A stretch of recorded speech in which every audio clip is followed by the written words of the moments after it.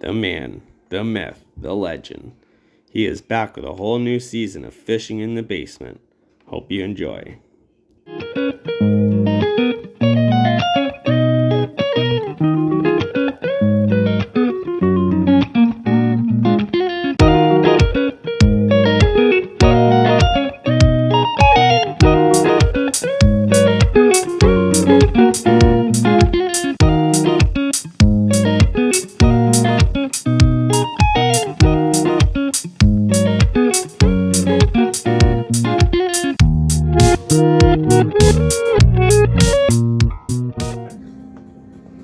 Welcome back for another season of Fishing in the Basement, or Tackle Hoarding. It's been since last spring. Wasn't sure if I was going to make any more. Got a lot of good feedback from a lot of people I didn't even know about my last year's videos, and they were wondering if I'd keep it up. And I wasn't sure if I was going to keep it up, but after the confidence and the support from other people, I'm in. So this year, haven't got any real big plans, but I'm thinking maybe touch on some hook bait videos, maybe just one. We did a couple boilie videos last year. I think that's pretty well covered. This year, we started using some hook baits that were made really quick from a Moore's mix, and I was really impressed on how well they worked. Thanks to my good friend Gerald, field tested them for me. Love those baits. That's all good. I'm going to be retying my 3.5 pound curve monster carp rods, my little 9-footers. I'm going to be taking the wire guides off of them, and I'm going to be replacing them with ceramic guides, which is more conducive to my braid, which is all I use is braid. And braid is hard on wire guides, and the wire guides are hard on the braid. So it's a no-brainer. I can put ceramic guides on there. We touched on that a little bit last year. This year we're going to do a whole rod. Well, I'm going to do 2 of them actually. So we're going to touch on that. And then my main focus this year, I'm thinking, is rigs, all the different kinds of rigs we do. Did you ever wonder what your rigs are doing when you're in the water and you're waiting for a bite? How they sitting? How they behaving? Well, I'm thinking maybe every week or a few times this winter, we're going to talk on to different kinds of rigs, hook links, and we're going to tank test them in a tank. Going to get me a little aquarium, and we're going to go through every different possibility we can do with rigs, and we're going to test them in a proper tank, and we're going to film that. And that way we'll have a better idea how our rigs are sitting in the water. Now, I know there's a lot of experienced carp fishermen out there. They're a lot more experienced than I am. They've been doing it for years. They're set in their ways. That's fine. A lot of this stuff might not be for them, even though if I can offer a little hint or a little trick or something, you know, it's all us working together. It's not only me trying to pass on what I know. But for newcomers to carp fishing, I'm hoping that this could help them in the wide world of fishing carp. There's so many rigs, so many ways of doing it. It could be a little mind-boggling for people that first get into it, but it's like anything else, practice makes perfect. And if this can help any of those people first getting into it, it's all worthwhile.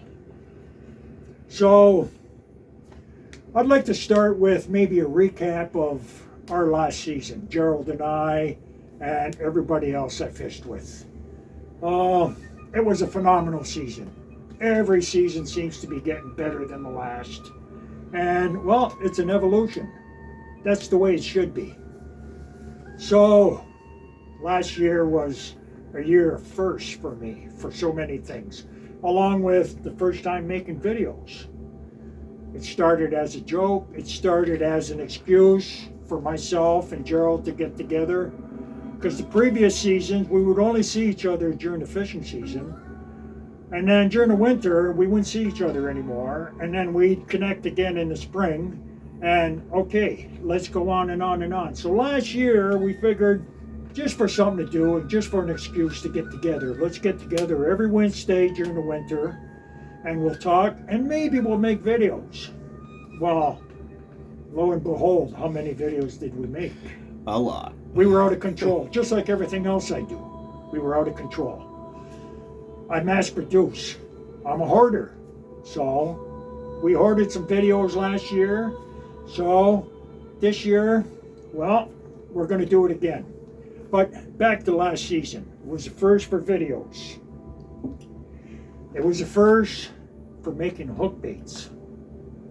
I bought some CC Moore already made mix. Mix it with 1 egg, 10 mil of flavor. Roll them. Turns out to be just a hardened hook bait, bottom bait. And it turned out to be one of our top baits last year. So, of course, we had to mass produce. So that was a good experience. Never thought I'd be making my own hook baits, considering the hundreds of bought hook baits I have already. But that's tackle hoarding. That's collecting.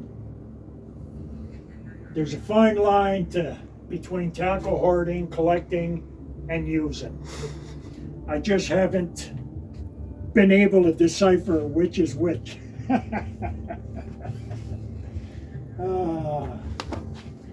Last year was a mild winter. It was the first year we've hit carp in February. We could have done it in January, but we figured by February the temperature was still good. Let's go try to get some February carp. Well, it worked out right off the bat. First time out to one of our winter spots, I think we hit 4 or 5 fish. Good. That started something there, and then we couldn't get enough. So our spring come early last year. Thank goodness. Last year was the first time I used my bed chair. Took a long time before I could actually sleep in it overnight, but there isn't a more comfortable bed chair. I bought the Solar, extra wide, extra big, extra comfortable. What a bed chair. It's beautiful. Finally got the hang of sleeping in it by last fall. Okay. Bought a new bivvy last spring. It was the first time last summer using it. I used it maybe half a dozen times. Yeah, I'm loving it. I bought the Sing It 150. Had to be a little bigger to fit my monster bed chair. The bed chair weighs a ton. Don't think I'll be traveling too far into the bush with it, but I have it. The bivvy, I have it. Okay, so that was the first time using that. Total success. It's the first year last summer that I chum with homemade boilies. Strictly with boilies. I didn't really start chumming until June, July. And by the time September, October rolled around, I still had maybe 75 pounds in the freezer. So we had a social with a couple of CCS members in late October last year. And I put in about 50, 60 pounds of boilies. And it was a phenomenal weekend. We were 4 guys. We hit over 50 fish. Mission accomplished. I'm glad I chummed it with them boilies. That was all good. It was the first time last year that I was invited to join another one of my CCS member friends. He set up something to promote carp fishing. We got together with a seniors home in Welland, in the old Welland Canal, and we made a presentation on carp fishing for the seniors. Total success. The seniors loved it. They hung around. We talked to them. It was such a success. We did it again in September. Now again, Kevin, my good friend Kevin, the mindful angler. He did a couple other socials besides that. He hosted some veterans Phenomenal job, phenomenal job. I can't thank him enough for inviting me to take part in that. And who knows what the future might hold. Oh, hey. What was the highlight of my season last year? That 40-pound mirror carp. I can't forget that. I can't forget that. So, as humble as I'm trying to be, and I do have a problem with bragging, especially when it comes out of myself. So, as trying to be as humble as I can, let me tell you the story a little bit about it, and then I'll forever hold my peace after that. So, again, phenomenal spring last year. Everything started early for us. One of our early season spots, we usually start fishing that around the beginning of May. Last spring it started in April. Phenomenal fishing. It was mostly nighttime fishing. And I can't remember too many blanks. It was always one day was getting better than the next and better than the next. And we were seeing some phenomenal fish. All these pre-spawn fish, big pigs, multiple 30-pounders. Burnt myself out, along with the green bastard. We were going almost every night. We couldn't get enough of it. So, okay, by the end of, I think, April, beginning of May, we invited some CCS members to come up and join us. Again, phenomenal weekend. Great weekend fishing with some CCS friends. And after that weekend, I was burnt. I was burnt out. I might have taken a week and a half off, dragging my ass. I just couldn't pick myself up anymore. I was cooked. And, well, my good friend Gerald kept going every night. He couldn't get enough of it. And he kept catching all kinds of fish. And thanks for him not rubbing it in my face and not trying to talk me into going again every night. I finally got my together and I went back. I think it was a Wednesday night. I got there before dark. The weed was still floating, but it wasn't that bad. Couldn't see any fish jump. So now the pessimism was kicking in. It's not going to happen. They're over. It's done. We're not going to do good tonight. Gerald shows up that night after dark, after he put the boys to sleep. And I'm telling him, I don't know if it's going to happen tonight, Gerald. It don't feel right. It don't feel right. I think as I'm telling him that, I get my first run. So he looks at me, yeah, I heard that before. Make a long story short, once it got dark, sure enough, we're hitting fish. Fine. We're into them. Okay. Changed my attitude. Gave myself a whole new attitude adjustment. Just what I needed. So, we're not going to talk about all the 30s that we released. But at one point, again, the beauty of Gerald fishing with me. I could be so lucky to have someone to help me out, hold my rod when I'm landing a fish, netting fish for me. I could be so lucky. So at one point, I'm fighting a fish. Didn't feel any different than the 150 fish we hit before that, for the month before that. And he went in to net it, and he says to me, he says, Reg, it's a mirror. I said, okay, well, we've seen a lot of mirrors, no big deal. He says, Reg, it's a big mirror. Okay, it's a big mirror, so I'm expecting, okay, it's over 20. So he goes to net it. Oh my God, I missed it. Sorry, Reg, Reg, it's a big mirror. So he goes in and net it again. Misses it again. Reg, oh, I'm so sorry. Reg, it's a big mirror. I said, so what? You want me to be easy on it now? Are you trying to scare me? Come on, net the thing. So we bring it in. He nets it. I felt so bad when I missed it the first 2 times, but finally got it in the net. Up. Reg, it's a big mirror. I said, okay, I've seen mirrors before. He comes in with the net. We both look into the net. And all we can think of, F-bombs off. F-bombs off. Holy. Get out of here. Could it be? Get out of here. Is it that big? Okay, so now we lost it. We hasn't got no more composure. We can't think clearly. We get it out of the net. We put it in Gerald's cradle. Okay, it's filling up the cradle. It's as big as the cradle. Okay, maybe it's a 30-pounder. Okay, let's put the cradle in the water. Let's get our together. You got a scale? Okay, Gerald's got a scale. Mine was at the vehicle further down the bank, and I was too lazy to go to the vehicle. My retaining sling was in the vehicle also. Still too lazy to go to the vehicle. I figured, what's the big deal? Okay, it's a nice big mirror, but no big deal. So he gets his scale. We put it in Gerald's hoop net because we didn't have the retaining sling. So we put it in his hoop net, just a hoop. We hooked that onto the sling. We hooked that onto the scale. I faces the scale to him, to Gerald. Gerald says, Reg, it's over 40. I said, get out of here. Again with the F-bombs. Not believe what I was seeing. Get out of here. He says, Reg. He says, it says 42, 44. Get out of here. Must be something wrong with that scale. He says, well, I got another scale. Go get it. He gets the other scale. Comes back.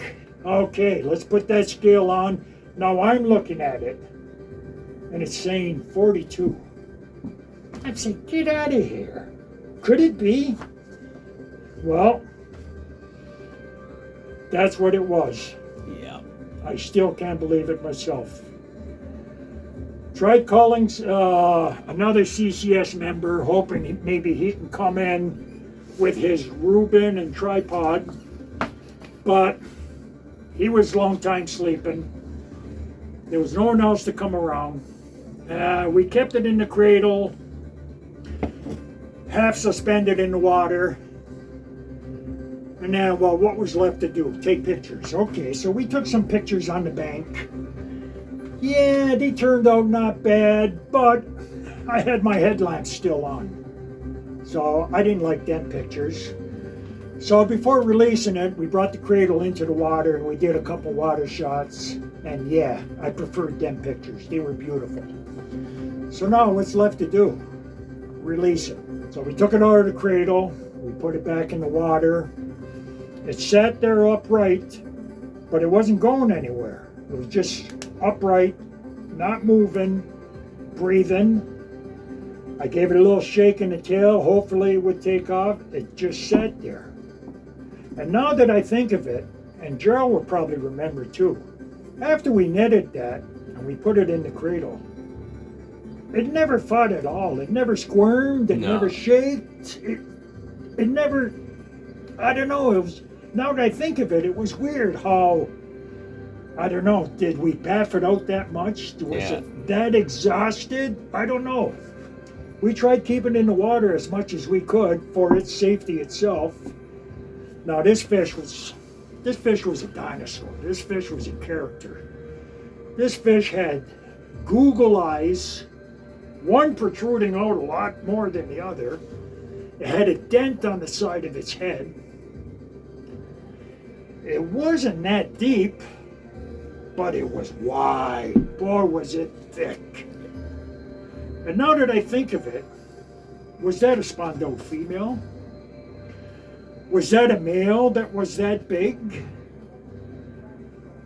Who knows? If it was a Spondo female, how heavy it was before it spawned? Regardless, I'm so thankful that I had the opportunity to catch and even see a fish like that. And considering it broke my PB, I never thought I'd break my PB with a mirror.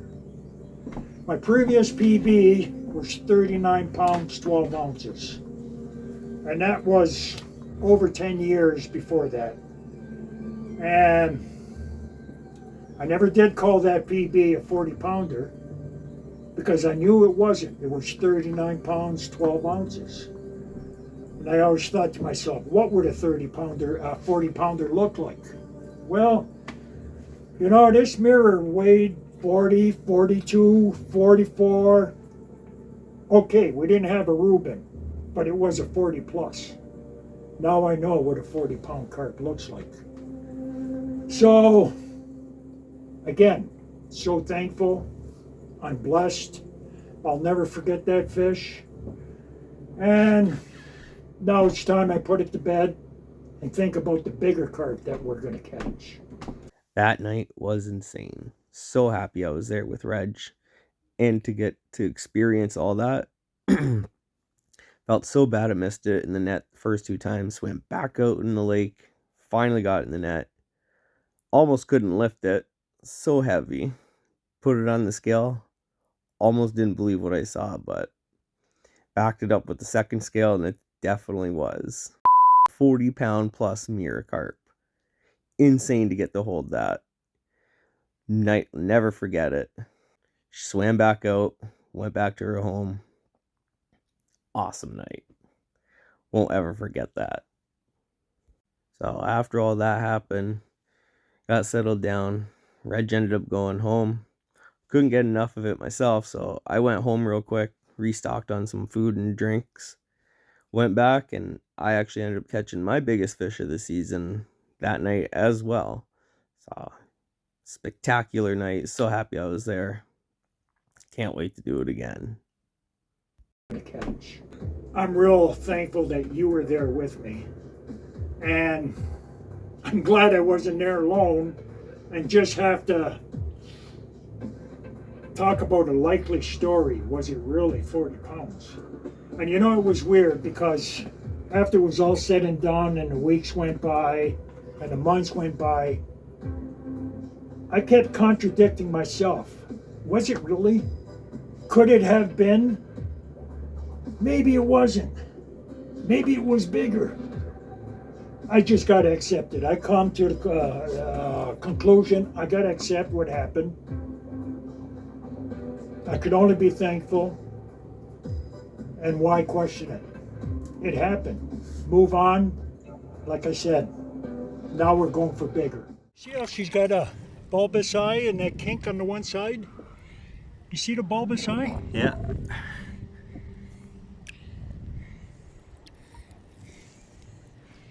Reg's 40-pound mirror carp. Who would have thought my new PB would have been a mirror? So that being said, let's put that story to rest. Been there, done that, got the t-shirt. Now I still need a 40-pound common. And now, from what I see and what I hear for the past year, there's been quite a few 40-pounders caught. And now I just read an article from Len Purdick, which is a carp fisherman I've met maybe 10 years ago. And from what I read in that article, he's caught 70-something carp over 40 pounds. So the sky's the limit. And what was encouraging in that article is that he says there's a lot of 50 to 70 pounders out there. I'm ready. Let's do it. So again, what we're doing this year. Okay, this year I touched on, first time last year I caught a buffalo. Good friend found some buffalo in the whirlpool in the Niagara River last summer. It's not rare anymore.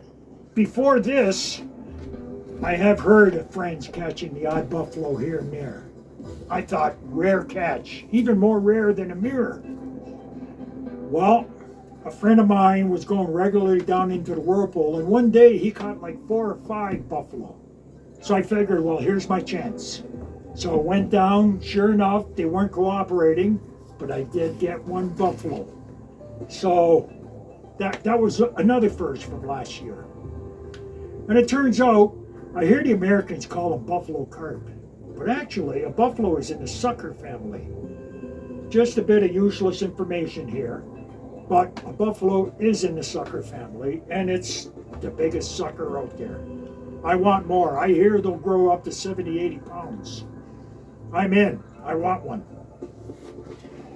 So, yeah, okay, so I think we touched on most of our highlights from last year. There must have been that more, a lot more. And for Gerald himself, I'm sure he had many firsts.